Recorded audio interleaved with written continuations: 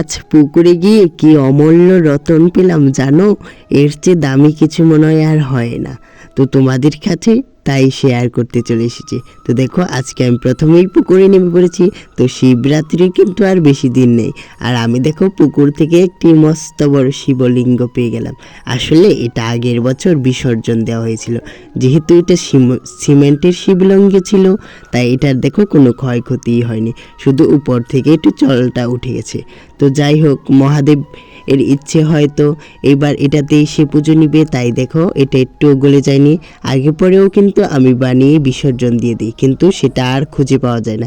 যেহেতু এবার খুঁজে পেয়েছি, তাহলে এটাতেই এবার কাজ সেরে নেব। তো দেখো এটা আমি বাড়িতে নিয়ে গিয়ে ভালোভাবে ধুয়ে রং করব। তো তোমাদের কাছে রং করার ভিডিওটা না হয় পরবর্তীতে শেয়ার করব। এর মধ্যে তোমরা আমার চ্যানেলটা সাবস্ক্রাইব করে দিও, আর ভিডিওটি ভালো লাগলে একটি লাইক করে দিও প্লিজ।